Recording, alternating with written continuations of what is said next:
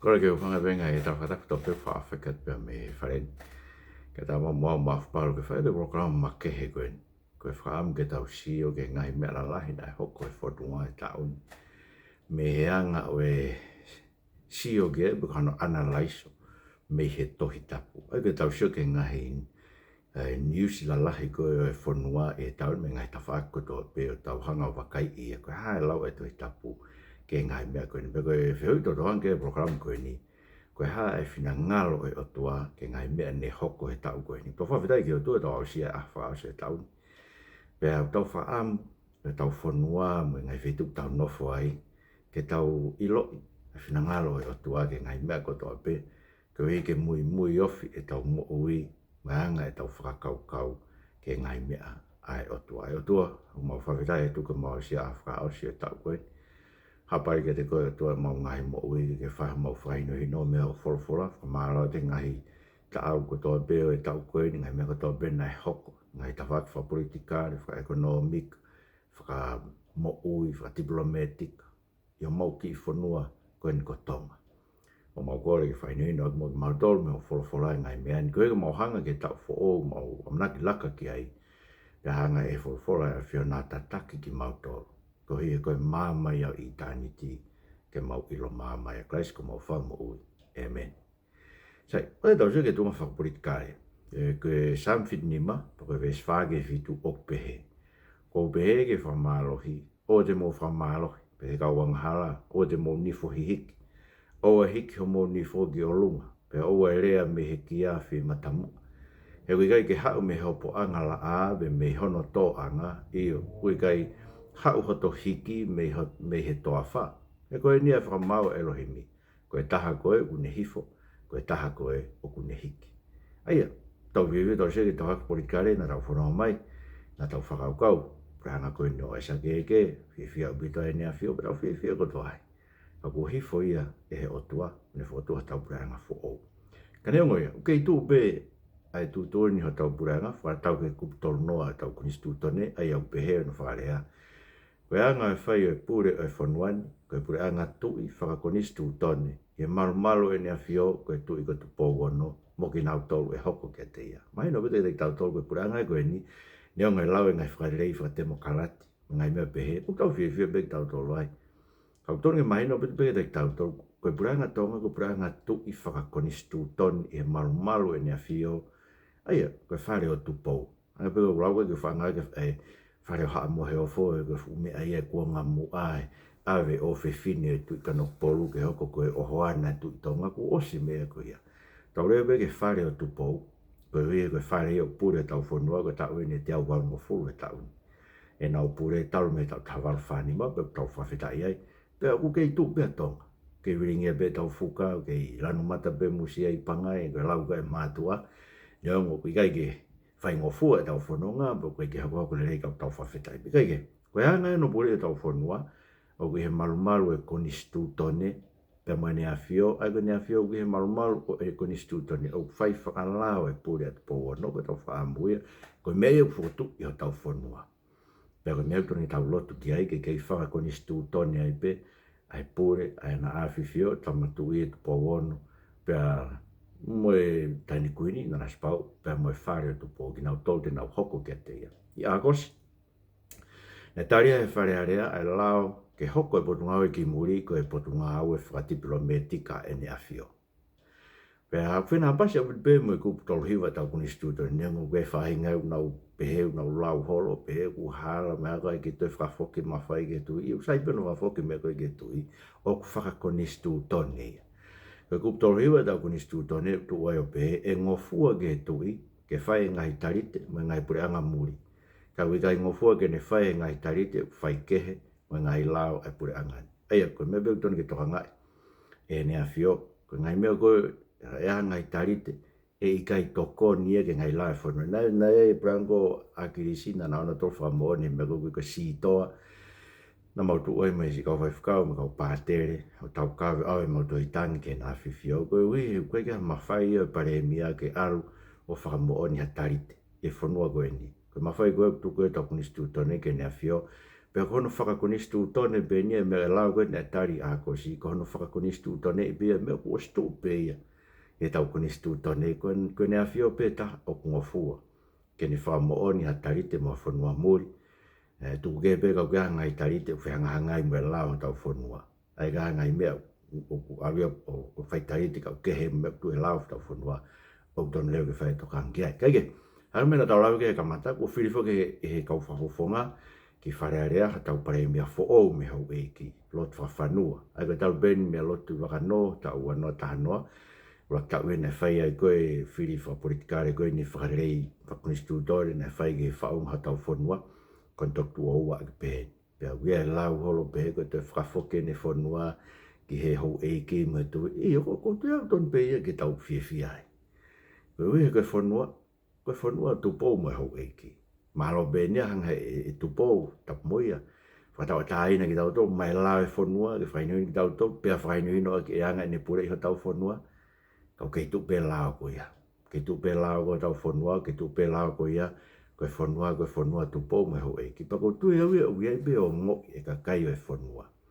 Ke tau e ne whia, fu manima tau whanonga mai, ngai pure anga koe, na tau hau ia lot, tui wakano, hau ia akis, hau ia haiga tam koen bei tala fo'ou ka main kia sa sovereign hau en kia eke lot fa fanua ngai preanga koen ni ko te ko ngoi be ka kai ko kia whakalaka ki mua e fonua kia whakalaka ta ki mua e fonua na tau whiawhia ko no mo ni o tau whiawhia na tau whiawhia preanga koen no aisake ke na nau whai na tau whangi wharerei neonga no e nau pure me panga ko ke na la fra ma o ke la e sa ke fra ma po ne ki party ko ia ne ka tama ka e to alo ne o tama na e o tu me fai ko e kai ko me panga ma ri pe tau tu pe tau ko to pe ne fai o ha ke ni o he fani tau i loi be tau to ko tu ku ga ko ni ke me na tau rea ke ko te e fili na tau sio ke ka fai fe ka o po ke ta ka candidate o tala ko candidate me he o tua Porque me behea o tua. Porque anga o tua ia whakatu mai ko hai e pure whanua i Tonga. Porque ane candidate ana ke whiri ke wharearea. Koe ka kai piko tau whiri ki ai pa whakatu ke ngai lakanga. Te tau whawhetai pe ai koe tau ilo ngā ue pe o tua. Ai tau mai te tau toi taniela vai whawe suanima. Koe rea koe na whai koe ki tui Pabilone. E hanga he o tua o whawai i ai koe na to'o no ata mai rirei e kua ngai fitu. Alo le vai nofo mo manu o kai musie me ngai mea ko ia patarange e taniela ko huinga ngau ke ne atua ka o ke ilo o pure fungani ma o lunga e pure anga tangata pe ku ne foaki ke te ne faiteri ke faiteri be o to ko te ne foaki na ne anga bega sa sovare tau fiai pa ne to e me o anga e ga isa ke tau fiai ne to no anga lot fa fanu de tau fam ke tau fiai ne pure de lava o mai hangai mea wharerei e hoko tau whanua pen la whatata kaike. Mawinga be tau pōpō ke pare mea koen kua whiri. Kore te ke kakai, kore te mō whakaanga ke pare mea. Ngai mea nu kamari ke asi mai ngai lau me ngai mea pehe tala. Motuange motore ngai mea ko ia. Ka tauanga mo lotua e ngā ue e pare mea koen kua whiri. Kora ti moto vahewa vesiwa koe ulaki whatongia ia o e kakai lotu mo si asi pehe ke fuafua whai ai kore me ngai lotu me hufekina ma e whawhetai ko hiko kakai ko toa pe ko hiko ngahi tu i mo kina utoro ko toa pe o pure ko hiko tau mo ui e mo ui whi maari e mo e merino i hanga whaka otua mo e hanga toton ko toa pe ko hanga ia e whaam koe ki he tatol ke kakai lotu e whanua ko ki tau tolu toton ke tau ngau e maalohi aki pe tau loto aki si ono hufia. E pare mia ko whiri, ange o toha poto gie, bea whai e ke haloto a pasia, a e ni tataki o e whanua e ngai tau goe ni e whaa, an ko whotu ke ni hoko e koe pare mia, o ka pau e osi tau e whaa koe uti kai ke whai ha vote of no confidence ke ene pure. Mo vete whoke pāti pātoa, neongo nei kai ko ha pāti whakapolitikare whakalao, kana mahina te tau toru he, Raki whiri koe wharearea whakatemakarātina tō lahi kakai me pāti koe nina e whiri mai. Te hoko haka akirisi hoko koe pare mia, tau si oai. Ka koe whiri koe ni, ko maina wet be koe ke nau mao hasea tahe wharearea. Nā moe alo ki tanta koe nai alo koe whiri me hapai i hingoa tatau pe. Nā ke peke whiri e kakai mea. Maina wet be ke kakai, he taim koe na pure anga e pātoa, te mina pure anga e koe a kirisi pōhiwa, kai ke ko whamau beke whai longa, ko mea rei na whai a kirisi no taimi, e ne tau whi whakatau maa sa pate, pa ko amanaki u gei pehe. Whanau bea te aibe ngai mea ko hu mai ka ko koreat ke he, pure anga koe no lot whawhanua, mo ki mo tolu ke whare area, mo whenge, tatu ke aike mai no tapu e sa pate i Tonga, o e awa ha whare koloa, e kala mai koe whare koloa intia, ko pe ko whei ma ufanga, mo venga ko hai minister polisi ko no fatongia e ke nga pure i me ko ke tahe ngai me ko rea ma opeki ai whailonga e ke le rei e kuonga ko o a krisi whailonga e ke ne pure na le tau whi me ko kai ke na mahino belpe me ne pure a anai e tam ke na pare me ai ne ke sio Fakalukufua ke whonua kono pure anga i whailonga e ake na hanga e ne awhio tā puni e whare area ai a kono mawhai koe ko tu ia tau fono kai ko mea pango ia na tau pe file be rola a griski farea te hanga bene a fio ia o frano fuego e pare mia he go higo me lo to ke kai ke ko no to ka ko ni mai no ko i to ko mo vete ko pa to ko pe be ton ke matukua o fanga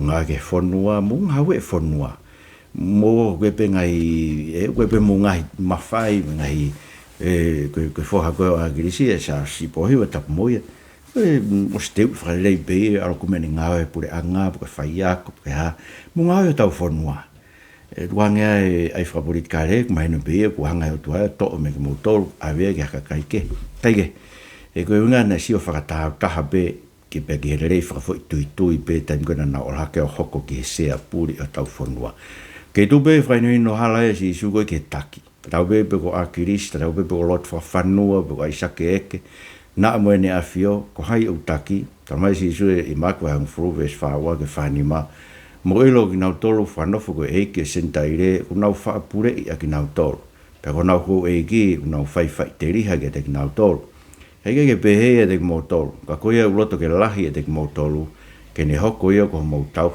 pe ko ia de mo tolo loto ke e ki e hoko ia ko ta mai e ki mo tolo ko to pe na ke ha e fo ha tangata ke tau hi ka ke tauhi, ka ke whake ni mo ui, ko e hui o tau lai, whawha tonu tau e ki, whawhetai wege o tau, aia, mai no me bego mo tolo e o tua, ko ia o hoko ke taki, tene tuku e ne mo ui ke more, tene whake e aia, he kai ke ne nofo ia ko e kumpeha no tauhi ono, ka whakampe, pe ko hai kapineti ko e ni, ko skamata be ke mahino ke kakaia, ko o ia ko kapineti mo o pure tau whono, maulakanga tau pure anga, ko yo pe o ala ke kapanga ko tata be ko hai lai tahano inasi me pango ko tahi e ngahi paloparema ko o e fainga pureanga fra demokratiko tau iai ko he tak fai maana be ko me futon ke reva i e paremia ko fambe malo fe unga paremia ko ni kai ni minista une fai hala ke paanga tuku hau e kai fonua at ke na fai ke ngau e pureanga pananga whakahifo ko lakanga fa bare mia ko tangata toton ke ne ma e nganga ko si sukalaisi ko laione mo lami ai malo hi au be tan ko ton ke malo he ton ke ha laione ia tan ko ton ke lami ai i fa vai ko mena ha ko ia ka fa po lak tap moi tan ko na laione ai na ni hanga fa vai na ni kuna i ngai ta tan ko na lami ai hanga ia fa more i no ngai fili hanga ko ho e ko ha vea ko na wanga tu ke ai e kolo tau ko i pea na lawe from no ai ton ke fato ma e taki ai anga si su kraisi ko laione ke tu kai ke ne tu ni pau ngai me ko ton ke fo ne no pure anga mo ni komunista ka ton ke lami u ne off ko inga ne fai be ne off ke kai fo noa ne off ke ka tana tu hau ne off pa anga pure anga kai ke na dosi fu ma ka fili ka voters Pebe analiso na biset pe fahiva na kau ke fili tau ni ko novema awanoa. Profeona ke tau wanoa tahana biset yo noa. E kau voters ko na o mai ko fili ko e tau wanoa wata na fili pranga ko ia tau e fa ko na tau fononga mai ai kai ge. Ko te pe au we pe mo uhinga. Na ko lahi pe o mai ki murini ko tahanga i me ton ke e pe lava e ka kai tau fonua e kau takio tau fonua.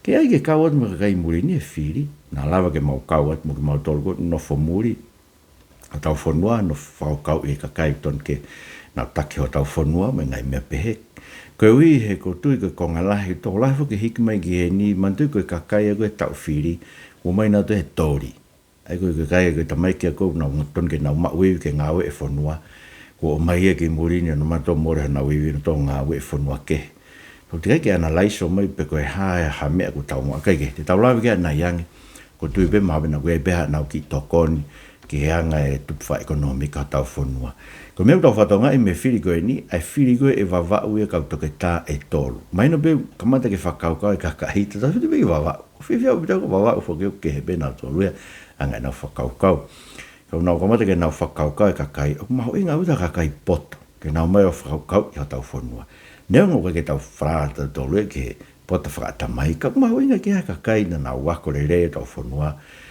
una mai o kau i na fa ka inga me ko tau fonua kai ko me be ko ngoi na ko fo be ka kai no fili ka kai we ke na fa ha to kon fra lu fu ke fonua ma do ko tabe proper malahi e fo nga fili ko ni tau no foi ko uhi he ko whakaukau ko whaunga whiri ko tau nofo ai ko tō tahe pe ko u tau whiri pe hau pe tō tahe ko mateaki pe ia no ki wahenga whiri ko ke lawa Sio Fakalukufua ko whiwhia pe ko amnak pe ono whiri ko o no pere whawhanua ke hoko ko pure tau whanua tene lawa ei ke Fakalukufua ai ngai mea o kau ke tau whanua kai ko ta ona laiso fra politika re van o behe o hange be ya fra amu e ka kai ke fra foke pure anga ke ho e ki mo tui he ko fra amu e ta pa problema ko e pranga ko sa sovareni pa ko fa pa pe ka sas ko fa pe ge ko to o pe ok ka ko ta pa problema e nga we ko mai no ko na kai ke nga we fa ta tau ke constituto ne ku ni manoa a paragraph tolu o behe ai ko pa ke pare mia ke to report ke tui pe i hono fie ma e ngai me ko hok felave me pure anga pe me tukunga o kuiai iPhone wa so ma winga with be de tauto ko hinga foke for ka si su ko mak va tawa vi stafitu ange ki asisa ngai me asisa pe ange ke o tua ngai me o tua ko me ya asisa ia ko tutuni he la iPhone wa pau ke ngai fa ta to report ke tui e pare mia ke na talano me tui ko ha me o fina ngalo ke ni afio ke anga no fotutu e fonua me ngai fotutu fa he pare mia ke fonua o ton ge al ke ni afio ke na tano mo e ko mnak pe he branga ko no o lot fa fanua na ngoi pe na pe he branga to ta ke pe tau fia e ko me fa kon instituto ne tau fonua ko no hinga fotu tau fonua ko branga tu fa kon instituto ne he to ton ke muy ofie tu i me pare mia mo ne kabineti ke anga o tataki a kon instituto ne tau fonua ange ge sisa a mea asisa. Ko tōngi pēo tō he tūkoe ni. Hange mahino whaamu ai kakaia. E whafoke pure ke tui. Pea mo ngāwe vāofi au pito.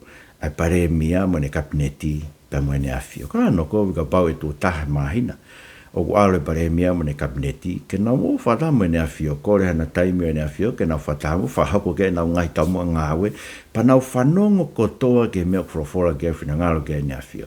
Nai ko whanong pa kai ki tā no ko kerope ko mo oni pe kai ta ka ma ta puri ko waf me ne afio ne tang e profolange tu ka ke na whanong le tio e ko nga e pare mia te taku mama pe a whanong e tu i tala pe ko mea ko ni ko whanong e pare mia ko mea ko ni ko finangalo ke tu i pa pe hange to ko tu i ke ma ta puri se ke loi e te ke a umai mea ko ni ke te e ko mea mo oni ko mea ton ke hoko oktoton ke alo e pare mia mo ne kabineti tau behe ko tahe mahina no whata mo ne awhio whako kei koe ngāwe ne pure anga ko mawhko tutu ke whai ko haha o lau ko haha o whina ngalo ke ngai mea koe ni ko haha o mea ke tānak mai ke asile rei ai e tau ngāwe keke o kei tu befo ke motoro koe whotu e sisu ke takile rei po te amanak pe mui ke alo te whawhanua pe mo ne kabineti koe ni whi te ke tau whanong kei pe koe ha tau ngoi be hange be ka tau ki asma me media fra sociale na pe fo ke fra fanua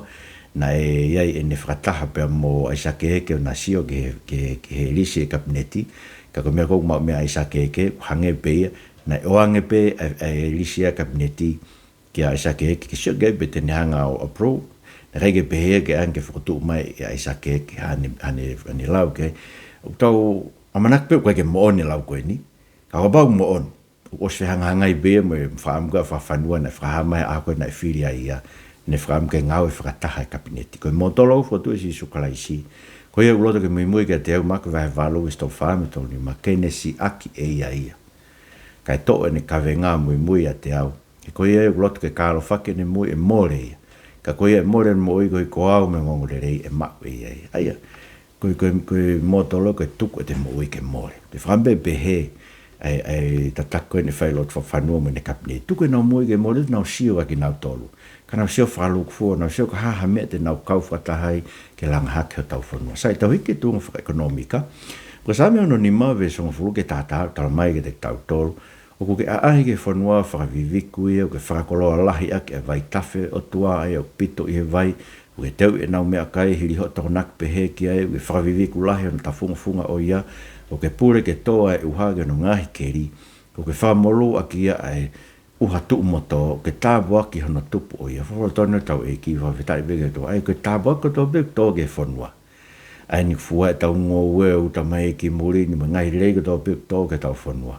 Koe mea ia i ahi mai ai o tua ka tau whanua e tau koe ni. Ne tamaina ki tupu e tau ekonomika, a ke bese te uapo i ni fitu. Aia koe tupu, me he lau, koe pehe, koe wholau ewe ewa. Koe mo ni fuku kau wholau ewe ewa, koe tau whanua. Te mautoro koe nofo i muri. Si tau mātua koe si nau ngahi tonga he kāinga pe koe nofo i muri. O ki nau tolu pe. Ai koe ki mena e tupu ai. Koe he koe wholau ewe ewa, moe laku paanga, ri paanga, te si kakai koe nofo i muri. Aia, tau pehe mabe si kawa i bema ka kai koe nau no whetori mai ngai mea koe no tokoni ki o nau Ngaahi family i tonga. Aia, o whakakoloa ki tau ekonomika, a hono kei hai ki tau toru e tau nofo a kāinga. Peko whambe tokoni pe pure a ngā ki ai, ko heko no veteki koe ni Ngaahi family e whi au aki mai ngai mea pe ui kai tokoni e ki tau nofo a kāinga. Kau whai he kāinga nofo i muri ni, ai whatongia whakakoeri mau tau kakai.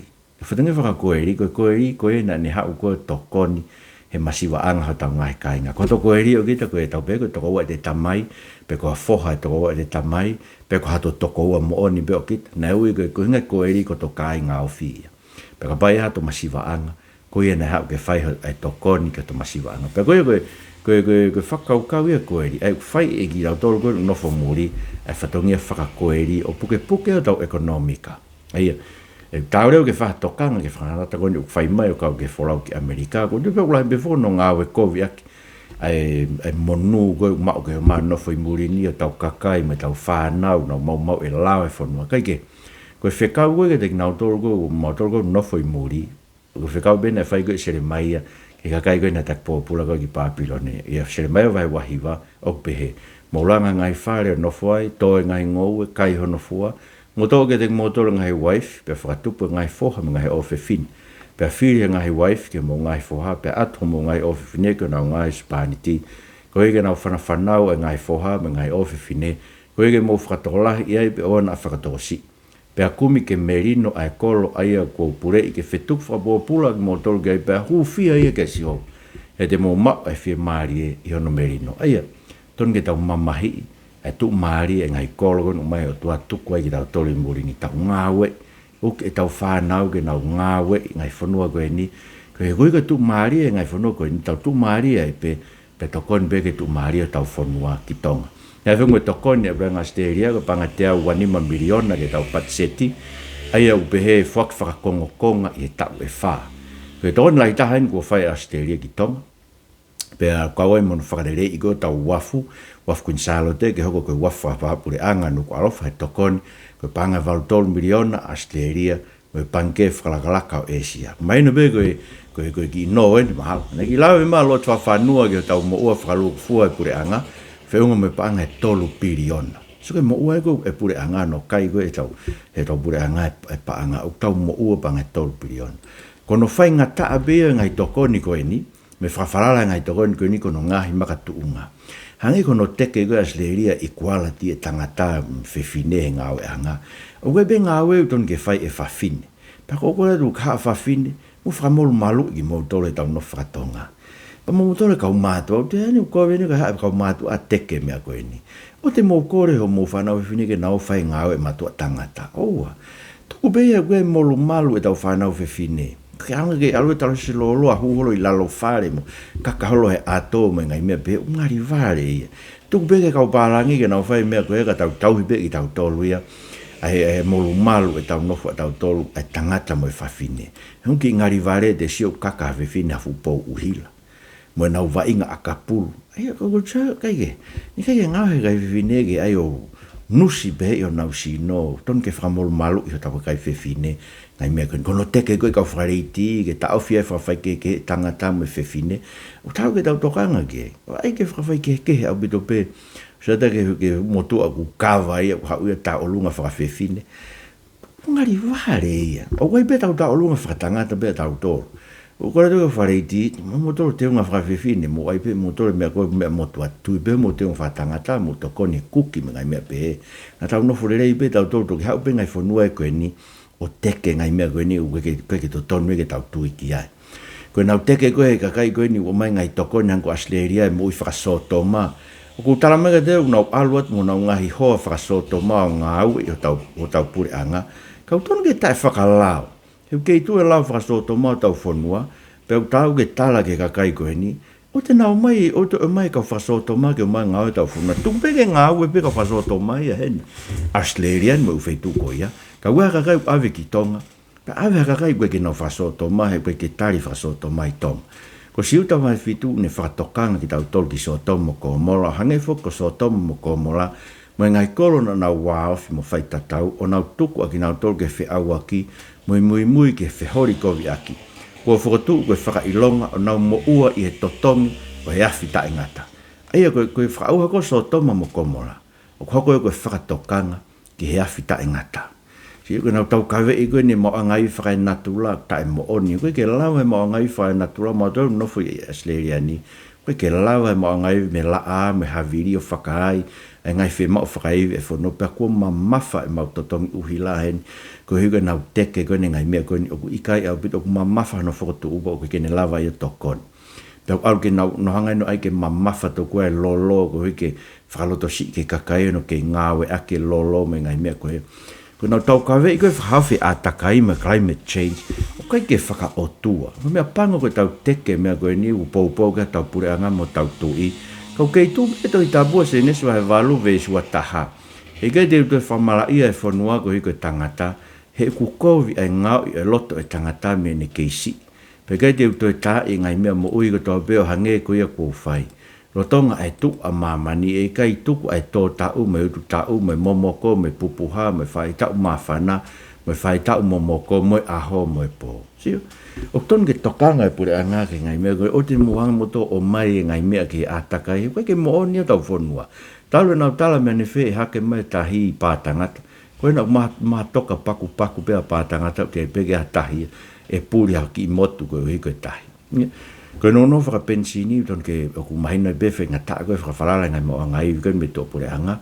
Me tāu e whapapau i be pure anga, ko hoko le rei, hono hu mai ngai mo angai. Kaige, koe tau lau ke tūnga whakamu ui le rei, mo atakai, nei tō e mowhitengi i whepue. Pena hau ke tō walungi au nai puke ai, pea mo e tō tōru nai peki ai tonga tapu, pea mo wawau mahino ai piu teke ke lau ke tā whakau furi e māma koe ni, ai ngai mahaki neongo e tau mua pehea e ka tamu ui a mahamani pipi nau lawa e nau tolo ke nau hanga ta ofi ai tō mai ngai mahaki koe ni ka hoko e ngai whaingata e koe ni te tau toko ngai whakamau whakatokanga he ko luke vai tātolu e suraki ki he nima o pehea nei ka kaina nau hao whakahage si isue kau kāreri koe nei whehui ake pai lato nau toto e whei lau lau pea ngai koe taua koe nei holo koe i sailoa me Tarangi rewa si isu ke te kinau tolu. O mu mahalo ke kauang hala lahi taha bea kinau tolu e ka kai furipe na nofu isi usarema. Ko tala ke te kinau tolu ok ikai. Ka bohe kai te mu fato mala, te mu mala ia ko toa pefok. Ai o mahu inga abitu te kinau tolu.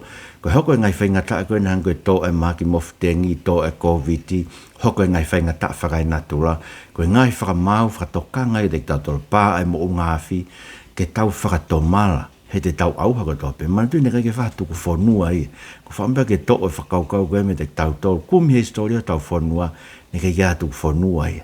Ko me bena whai tau whaahau ko mai lao ai otua ke whakalere e ko tau whonua. Kala mai na ia i ono whakatu e Pacific Resilience Facility, pa mo e pou koe na whai tau whonua he COP30, e ko ngai mea ni whakau mo climate change, tau ngoi be tau tolu ia ko kia ne fu mo ni ana fa mo tonga tau po ke ko tau falala he paanga ngai pure anga muri ka tala mai ke tau tolu ma ke vai fa vesta i va ke fa tokanga ke tau tolu ke ka ai koloa he ku huma e hori ko ia ngai me ke ne ka sia e folofola ta e fu ko te ko me ko ni ai tokanga ke paanga mo koloa ka be mesiasi ko siasi ko foi fe ka mo no tokanga ke paanga ka sia i be fonua me pure anga tokang ke paanga ke me fa si ke tunga fa ti kilometika ko me ngai pure anga muri na ka ke na tau ko tau la ke fa ngata ko ni folau ke Amerika ai ka mata ia pong a ho la ko na January wa no au tamai o si ai pe ngai visa pe ke to etaria ka ko hinga be fugen ke lahe no sta fa lao pe mo to la tau fa na fai hia ngai fonua ko Amerika e no fu Amerika ko para mana he ua no kakai ko la ki ko fe ma paanga me lo ke ora ti mo te va no vesta i va ko to ta ma una ko no pe wa tau ka e tau fa na o kau ngai me ngai ko no fe tu ko la fai to ko na tapu me ngai me pe ko fe ma paanga ka ko to ta ma una ko fe au ki ko problema no wa mo ua tau ka kai ko Amerika un de vete ke fa unga go no family ka ta mai de que to ma kai va wa vesta no o fe hi asi hova ke vete mari pero fe au aki ko ke ana tofi ana tole preanga lang ta fasa be ai fa branco na fai go na afifio ki siaina nga ere pau na fai mala fe fratau aki me ngai me ka ke mo ui me mo ngai fra natula kainga tungi ta fa tokanga be ko siaina ko fonua ta ma o tuai ko kamata anga e branco fa communist ko ni ta ko mau si tu nan tamate be ka kai ni mo fu miliona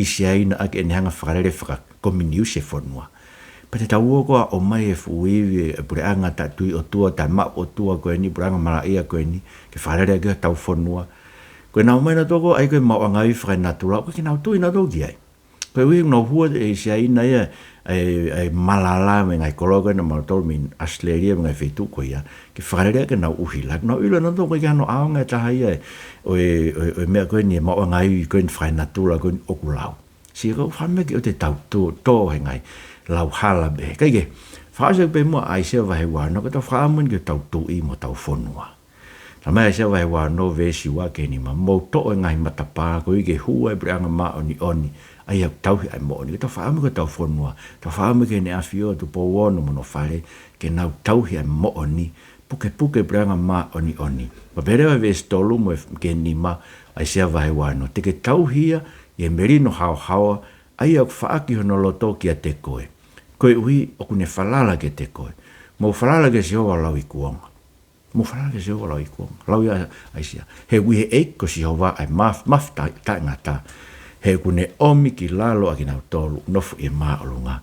Koe folofola tonu ia ho tau eki. Ka manak pega ki pehe ai whare tu pou. Ko hei koa na wafe. O tui ke ngai puranga whakatua mate koe no mai paanga. Ke tokoni koe no wharere o tau whanua. Ko o wharatu te motor. Tala monua du ke tau hoko ke tau fo'o, tau ke mo maa proklama tau fo'o, whamunu ia, mo tāpo e kina, mo tolu mo ngai whamiri. Alau betu mo mea mai, mo mea tua whatu.